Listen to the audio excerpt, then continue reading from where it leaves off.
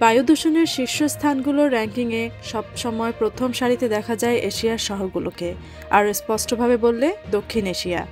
এই অঞ্চলের একাধিক মেগাসিটিকে সহজেই খুঁজে পাওয়া যায় দূষিত বাতাসের নাগরিক তালিকায়। সবশেষ তথ্য অনুযায়ী শীর্ষ ৫ শহরের সবকটি এই অঞ্চলের।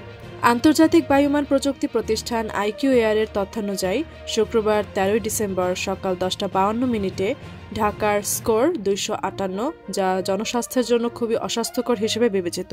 প্রতিবেদন লেখা পর্যন্ত দূষিত বাতাসের মানদণ্ডে ঢাকার অবস্থান দ্বিতীয়। তালিকার শীর্ষে অবস্থান করছে পাকিস্তানের লাহোর, যার স্কোর ২৭১। এছাড়া তৃতীয় স্থান থেকে পঞ্চম স্থানে রয়েছে যথাক্রমে দিল্লি ২১৯, কাঠমান্ডু ১৮৮ ও কলকাতা ১৭৩।